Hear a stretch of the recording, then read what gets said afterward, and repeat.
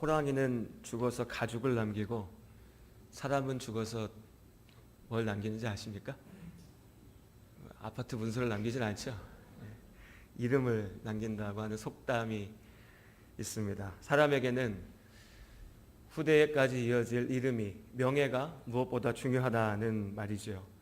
우리가 이미 지난주에 나눴던 전도서의 말씀처럼 이 명예라고 하는 것도 그저 헛된 것이니 우리의 인생이, 우리의 삶이 사람들이 나를 어떻게 기억하고 바라볼 것인가, 그 명예에 매여 사는 것도 역시 의미 없는 일이지만 속담으로 전해질 만큼 이 명예라고 하는 것이, 이름이라고 하는 것이 사람들이 느끼기에는 참 중요하게 여겨지는 것도 분명한 사실입니다. 오랫동안 존경받는 명예로운 이름이 있는가 하면 반대로 오랫동안 저주의 대상으로 남는 오명도 우리 가운데 있습니다. 이틀 전에 3.1절 100주년이었죠. 관련해서 여러 가지 행사들이 온 나라 가운데 있었습니다. 아직도 온전하게 그 친일의 역사가 다 청산되지 못한 것이 우리 대한민국 사회의 아픈 현실이지만 그 가운데서도 유독 친일파의 대명사로 욕을 먹는 정말 오명, 더러운 이름으로 남겨져 있는 한 이름이 있지요. 이완용이라고 하는 이름입니다. 누구나 다 알고 있는 매국노, 나라를 팔아먹은 사람 이완용, 불명예의 대명사로 남아있죠. 우리 역사에서 이 이완용이라고 하는 이름처럼 어쩌면 이보다 더한 악명으로 성경 가운데 남아있는 사람, 그 사람의 이름이 바로 여로보암입니다. 이 여로보암이 도대체 무슨 짓을 했길래 성경 가운데 이 사람의 이름이 저주의 대명사처럼 남아있는가? 열왕기서에 이제 남쪽과 북쪽으로 나눠져 있는 두 나라, 그 가운데 북쪽 이스라엘의 역사를 이야기할 때 북이스라엘에 19명의 왕이 있었는데요. 이 19명의 왕 가운데 제대로 왕의 자리를 누리지 못하고 암살당한 왕이 8명이었습니다. 거의 절반에 이르지요. 그런데 이 19명의 왕이 200년 동안 나라를 다스리는데 하나님께서 보시기에는 성경의 말씀에 하나같이 다 악한 왕들이었다고 기록해 있습니다. 근데 그냥 악하다고 얘기하고 끝나는 것이 아니라 그들을 악하다고 이야기할 때 빠지지 않고 등장하는 표현이 그들이 느밧의 아들 여로보암의 길을 따랐다. 느밧의 아들 여로보암의 길로 행하였다. 그래서 그들이 악하고 그래서 그들이 하나님 앞에 벌받았다라고 이야기합니다. 도대체 여로보암의 길이 무엇이길래 이처럼 성경 가운데 오늘날 우리에게 전해지기까지 오명을 남기게 되었을까? 그 길이 정말 그렇게 잘못된 길이라면 우리도 분명히 알고 그 길을 피해야 될 줄로 믿습니다. 그래서 오늘 우리가 이 여로보암의 길, 여로보암의 죄가 무엇인지를 말씀 가운데 보기 원합니다. 먼저 여로보암이라고 하는 사람이 어떤 사람인지를 알아야겠지요. 우리가 지난 시간 나눴던 것처럼 이스라엘 왕국이, 다윗과 솔로몬의 이스라엘 왕국이 둘로 나누어지게 된 그 시작은 솔로몬의 죄악 때문이었습니다. 지혜롭고 능력 있고 세상에 많은 영광을 누렸던 솔로몬이지만 그가 그 믿음을 하나님 앞에 온전히 순종함을 끝까지 지키지 못했기 때문에 하나님께서는 그의 나라가 둘로 나누어지게 될 것이라고 선포하셨죠. 그리고 이제 하나님의 선지자가 에브라임 지파에서 촉망받는 청년이었던 여로보암을 찾아갑니다. 그리고 그에게 말합니다. 하나님께서 너로 한 나라의 왕이 되게 하실 것이라고. 이 소문이 이내 이스라엘 나라 가운데 퍼지게 됩니다. 이 말을 들은 솔로몬이 기분 좋을 리가 없지요. 하나님이 나 말고 다른 사람을 이 나라의 왕으로 세운다고? 솔로몬이 그 여로보암을 죽이려고 합니다. 그리고 여로보암은 이스라엘에서 도망쳐서 멀리 이집트로 피난을 가게 되죠. 그리고 그곳에서 시간을 보내다가 솔로몬이 죽은 이후에 이 여로보암이 다시 이스라엘로 돌아오게 됩니다. 근데 이 여로보암이 돌아오게 될 때쯤이면 이미 이스라엘 나라 안에서 솔로몬과 그 아들 르호보암에 대한 적대심이 아주 커져 갔습니다. 솔로몬이 너무나 많은 공사를 일으켜서 우리가 힘들고 괴로운데 이제 왕이 된 르호보암이요, 솔로몬의 아들입니다. 르호보암 왕이요, 우리의 이 무거운 짐을 좀 덜어주십시오. 백성들이 외쳤지만 젊은 르호보암은 그 말을 듣지 않았습니다. 오히려 그들을 더 억압했지요. 이렇게 자신들의 요구가 무시당하자 10지파는 여로보암을 중심으로 모이기 시작합니다. 반역을 일으킨 거죠. 그래서 하나님의 말씀처럼 이스라엘이 남쪽의 유다와 북쪽의 이스라엘로 나누어지게 됩니다. 여로보암이 북쪽 이스라엘의 왕이 된 것입니다. 하나님께서는 여로보암에게 왕의 자리를 약속하시면서 또한 그의 통치에 분명한 권위와 자유를 약속하셨습니다. 열왕기상 11장 37절의 말씀에 보면 하나님께서 네가 왕이 될 건데 그 나라를 네 마음에 원하는 대로 다스리라고 말씀하십니다. 네가 왕이 돼서 그 자리에서 네가 바라보는 모습대로 네가 원하는 기준으로 네 자유롭게 그 나라를 다스리라고 말씀하신 것이요. 그러나 단 한 가지, 왕으로 세우신 여로보암에게 단 한 가지 약속을 지키라고 명령하십니다. 11장 38절에 네가 만일 내가 명령한, 하나님께서 명령한 모든 일에 순종하고 또 내 종 다윗이 행한 것과 같이 내 율례와 내 명령을 지키면 그때 내가 너의 나라가 영원하도록 붙잡아 주겠다. 내가 너를 인도하겠다. 내가 너에게 축복하겠다라고 약속하십니다. 한 가지의 명령입니다. 한 가지의 명령. 하나님 앞에 순종하라. 그 외에는 다 네가 원하는 대로 하면 된다. 우리가 이미 이스라엘 역사의 시작을 보았습니다. 사울과 다윗, 이스라엘의 첫 번째 왕과 두 번째 왕의 성패를 가름짓는 기준이 무엇이었는지 우리가 이미 보았지요. 하나님께 대한 순종이었습니다. 다윗의 아들인 솔로몬에게 세상을 떠나기 전에 다윗이 남긴 당부도 이것이었습니다. 하나님의 말씀 앞에 순종하라. 네가 왕자로 태어나서 이제 왕이 되지 않냐? 네가 세상의 모든 것들 누릴 수 있지 않냐? 다만 한 가지, 하나님 말씀 앞에 순종해라. 그리하면 하나님께서 내 인생과 함께 하셨던 것처럼 너의 삶 가운데도 함께 하실 것이다. 솔로몬은 젊었을 때에는 이 말을 들었으나 끝까지 이 말을 지키고 순종하지 못했지요. 하나님께서 여로보암에게도 이 한 가지만을 요구하십니다. 생각해 보면 세상을 창조하신 후에 하나님께서 아담과 하와에게 주셨던 명령도 동일했습니다. 에덴 동산의 그 좋은 것들을 다 누리라고 하셨지만 오직 한 가지, 선악과의 열매만은 따먹지 말라 하셨죠. 선악과 그 자체에 특별한 게 있어서가 아닙니다. 사단이 아담과 하와를 꿰어 유혹한 것처럼 그 선악과를 먹으면 뭔가 더 좋은 게 있어서 하나님께서 아담과 하와에게 더 좋은 것을 주고 싶지 않으셔서 먹지 말라고 하신 것이 아니었습니다. 다만 하나님과의 약속이었죠. 하나님과 함께 하나님의 순종하여서 살아가느냐 아니면 하나님께 등 돌리고 네 마음대로 걸어가느냐의 갈림길이었습니다.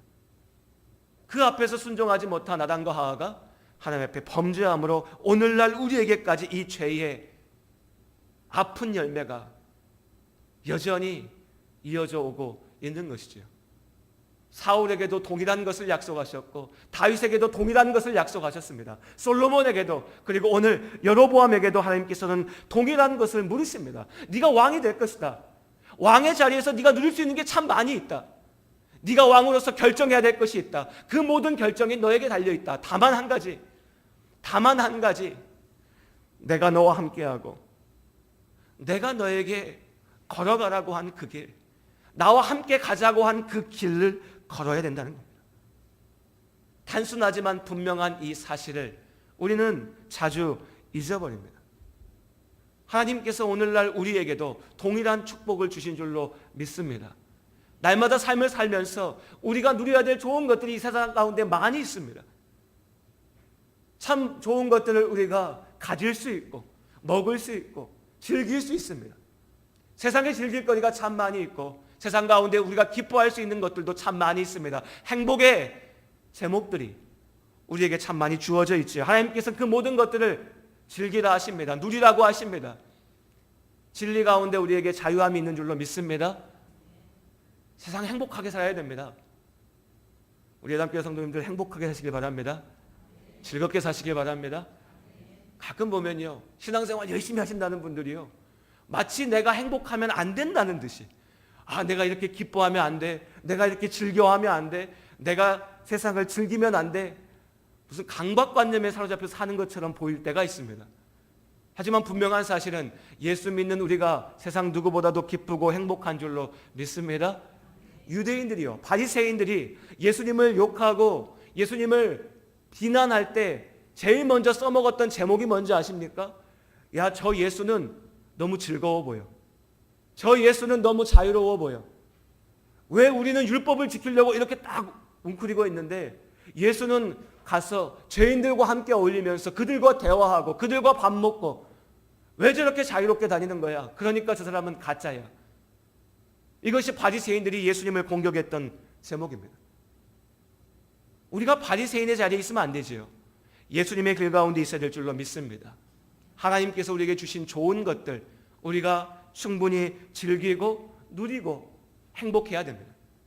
다만 한 가지 잊지 말고 기억해야 될 것은 그 모든 행복과 그 모든 자유의 중심에 하나님의 말씀에 순종하는 삶이, 하나님과 함께하는 믿음이 있어야 된다는 겁니다. 그것이 온전한 행복의 열쇠입니다. 우리 이미 솔로몬의 삶을 통해서 보지 않았습니까?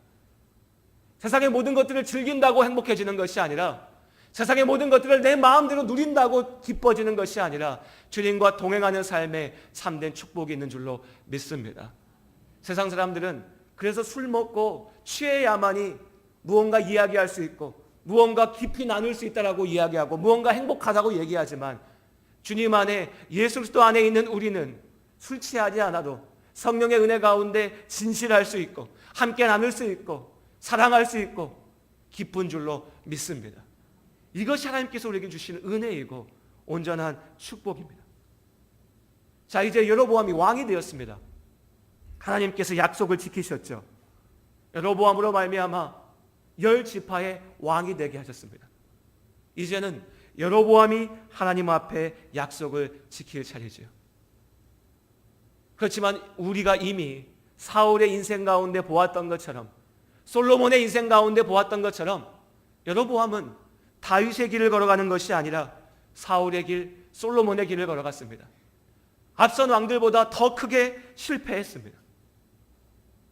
왕으로서 능력이 부족해서 실패했다라고 하는 것이 아닙니다.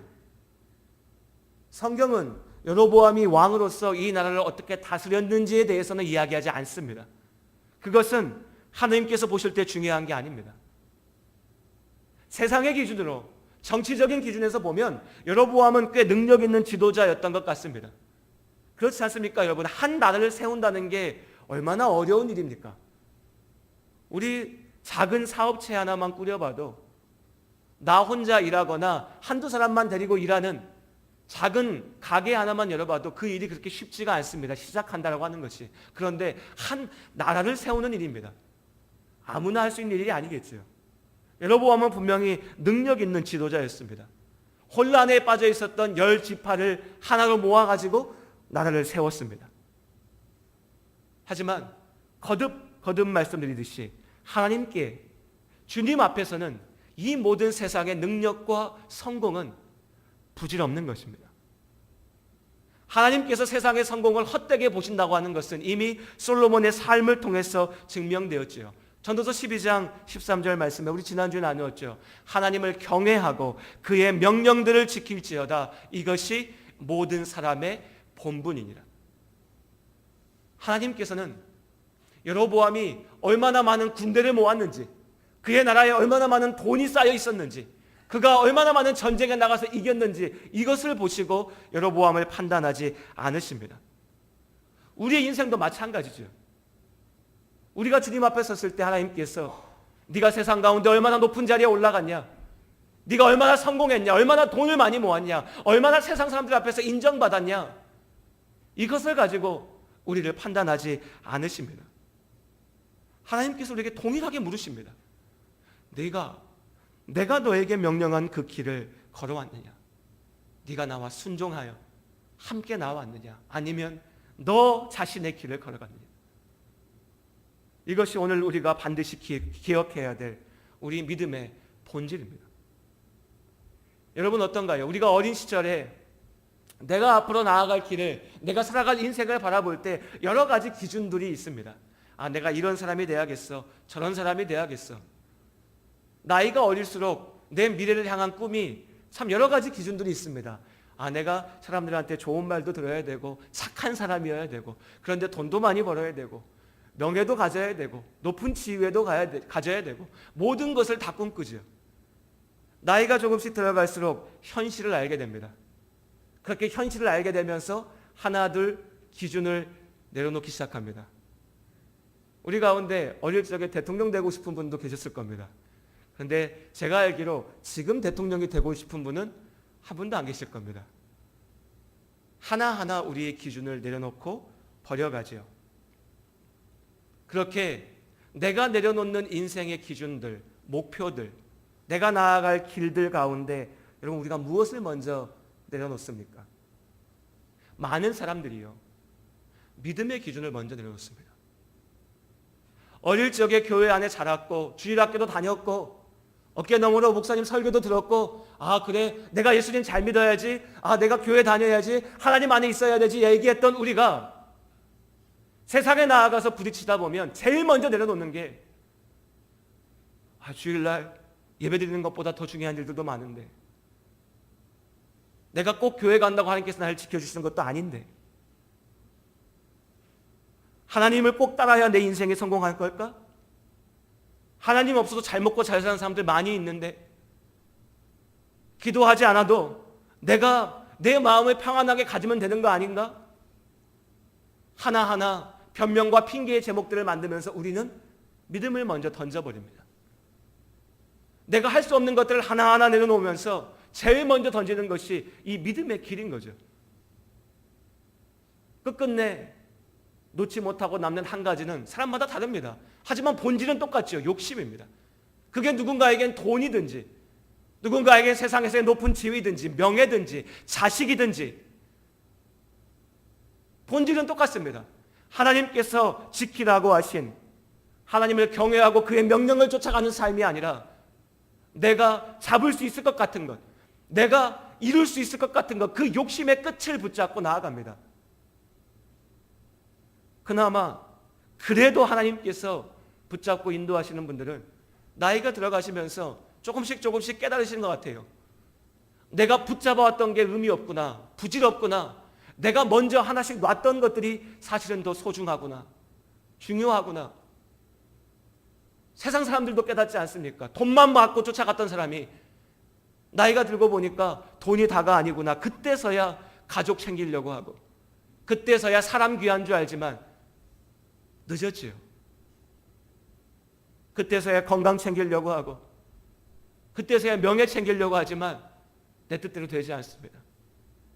그나마 그 끝에서라도 내가 하나님 붙잡고 살았어야 되는데 그렇지 못했다는 것을 돌아볼 수 있으면 그 또한이라도 은혜겠지만, 그조차도 깨닫지 못한 이들이 너무나 많이 있습니다.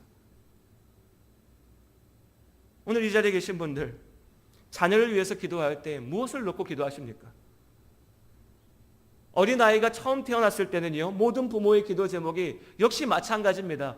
우리 아이가 지혜로워야 되고 똑똑해야 되고 세상에서 성공도 해야 되고 건강도 해야 되고 또 하나님 앞에 믿음 안에 서야 되고 신실해야 되고.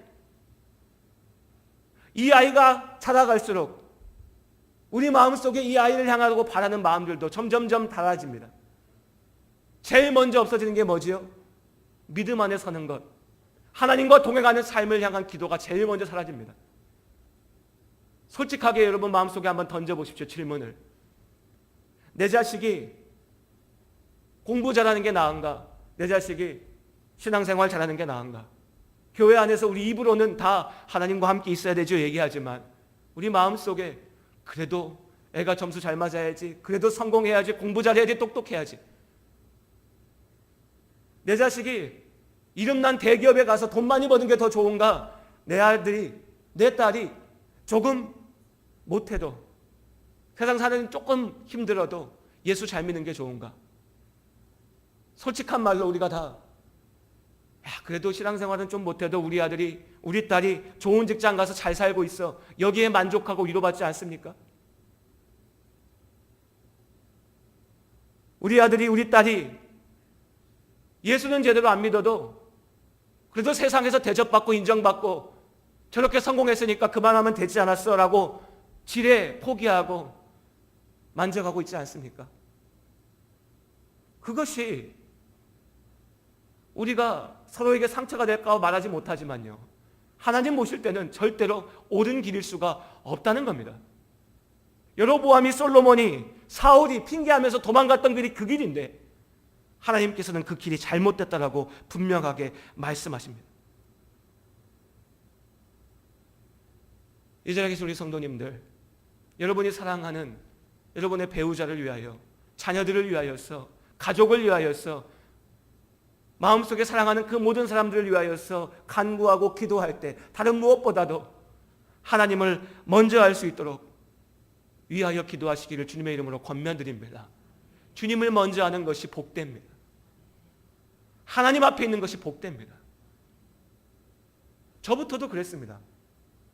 젊을 때에, 20대에, 10대에 교회 안에 자라면서도 야, 왜 꼭 교회 가면은 하나님만 붙잡아야 된다고 얘기하냐? 왜 꼭 예수를 알아야 된다고 얘기하냐? 성공하면 되지 않냐? 잘 살면 되지 않냐? 착하게 살면 되지 않냐? 저도 그렇게 생각했습니다. 그런데 하나님을 만나고 인생을 살면서 이제 인생이 조금씩 눈에 들어올수록 분명하게 알게 되는 것이 무엇이냐면 하나님 없는 삶은 헛된 것입니다. 하나님 없는 삶은요, 아무 가치 없는 것이고 하나님 없는 삶은 괴로운 겁니다. 그러니 여러분, 특히 이 자리에 계시는 아버지, 어머니들, 아픈 권면일 수 있습니다. 가슴에 찔림일 수 있습니다. 내가 죽어라고 얘기해도 내 자식이 컸다고 내 말 안 듣는데, 내가 아무리 가르쳐도 안 듣는데 어떡합니까? 예, 저도 압니다. 그렇죠. 우리 마음대로 되는 게 아니죠. 그걸 몰라서 말하는 것이 아닙니다. 다만 우리가 마음속에 포기하지 않기 원합니다. 내가 그냥 내 마음대로 적당히 타협하지 않기 원합니다. 왜냐하면 하나님께서 원하시는 길은 너무나 분명하기 때문입니다. 포기하지 말고 기도하십시오. 포기하지 말고 권면하시고, 포기하지 말고 우리가 먼저 삶으로 보일 수 있기 원합니다.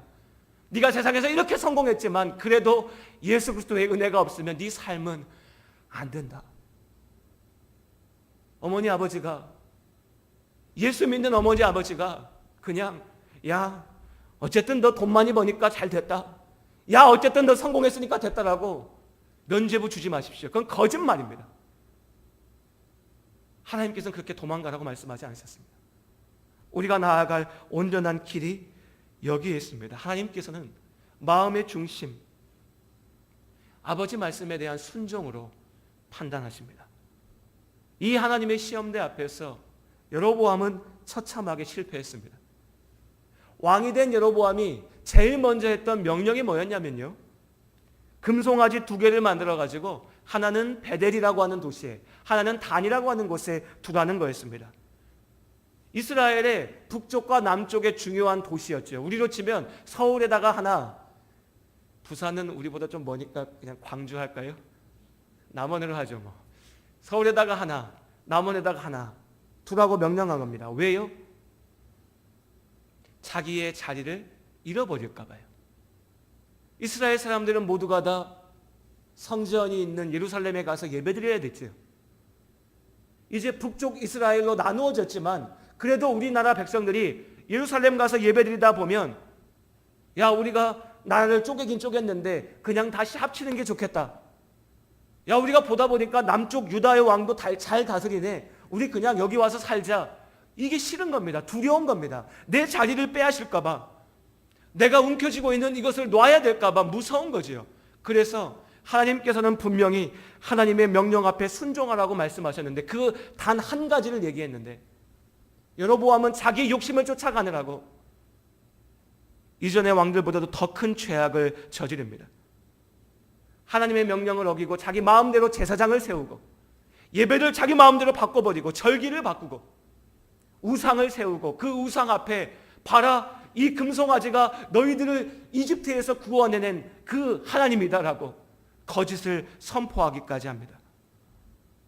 그 결과 여로보암의 통치는, 그의 인생은, 그의 자손들은 왕은 되었을지 모르지만 하나님 앞에 철저하게 저주받는 실패한 삶이 되었고, 이어지는 북이스라엘의 19명의 왕들 모두가 앞서 말씀드린 것처럼 그들이 느밧의 아들 여로보암의 길로 행하였기 때문에, 그들이 악하고 그렇게 악했기 때문에 하나님께서 벌하신다라고 분명하게 선포하고 계십니다.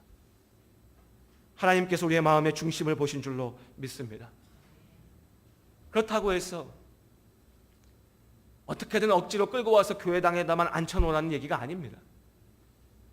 그렇다고 해서 내 삶이 교회에 와서 예배 한번 드리고 그래도 내가 성도니까 교회 신자니까 해야 될 모습들 뭐뭐뭐 해야지, 이 겉으로 보이는 모습들만 보인다고 해서 내 해야 될 도리를 다 한다는 것이 아닙니다. 하나님께서 우리의 중심을 보십니다. 참된 순종을 원하십니다. 허황되고 거짓된 것에 인간적인 기준으로 율법적인 사고에 갇혀서 보이는 것이 아니라 진실함으로 아버지 앞에 서고 자유한 것을 하나님께서 원하시는 줄로 믿습니다. 이것이 하나님께서 사울에게, 다윗에게, 솔로몬에게, 여로보암에게, 그리고 우리에게 주시는 명령입니다. 그리고 우리가 걸어가야 될 길이 사울과 솔로몬과 여로보암의 길이 아니라 다윗의 길 가운데 있는 줄로 믿습니다. 하나님께서 이 땅 가운데, 이 땅의 역사가 끝날 때까지 변치 않고 약속하시는 두 가지가 있습니다. 하나는요, 죄의 처참한, 참혹한, 완전한 실패입니다. 우리 가운데 죄가 있을 때에 그 죄는 분명히 하나님께서 미워하시는 것이고 실패하게 됩니다. 우리 가운데 죄가 있을 때에 우리는 결국 여로보암의 길을 걸어가게 됩니다. 순간은 왕이 된 것처럼 즐길 수 있지만 결국은 실패하고 죽게 됩니다. 하나님께 미움받게 되고 저주 가운데 던져지게 됩니다. 죄의 싹은 사망입니다. 이 분명한 말씀을 기억하는 우리가 될 수 있기를 원합니다. 또 한 가지 하나님께서 우리에게 분명하게 약속하시는 것은 그 죄를 우리가 진실되게 회개할 때 용서하시는 하나님의 사랑입니다. 죄인 한 사람이 회개하면 하늘에서는 회개할 것이 없는 의인 99으로 말미암아 기뻐하는 것보다 더 기뻐하리라. 누가복음 15장의 말씀 우리가 기억합니다. 하나님께서는 완전한 내가 아니라 나의 죄악을 회개하고 진실되게 아버지 앞으로 돌아오는 우리를 원하십니다. 하나님께서는 거짓된 모습으로 의로운 척하는 우리가 아니라 진실함으로 순종하여서 예수님의 십자가 앞에 의롭게 되는 우리가 될 수 있기를 원하십니다. 다윗은 참 많이 실패했지요. 하지만 그가 진실되게 회개하고 다시는 죄의 길로 돌아가지 않을 때 하나님께서 그의 길을 축복하셨습니다. 이 자리가 회개의 자리이고 이 순간이 하나님의 사랑을 누릴 때인 줄로 믿습니다. 주 안에 사랑하는 우리 예담교회 성도님들, 이 두 가지의 길을 분명하게 바라보십시오. 다윗의 길과 여로보암의 길. 이 길은 지금도 날마다 우리 삶 앞에 놓여져 있습니다. 이것이 영적인 싸움이고 이것이 믿음의 도전입니다. 이 도전 앞에 성령의 인도하심으로 아버지의 말씀을 붙잡고 오직 하나님과 함께하는 삶을 사시기를 주님의 이름으로 축복합니다. 기도하시겠습니다. 하나님,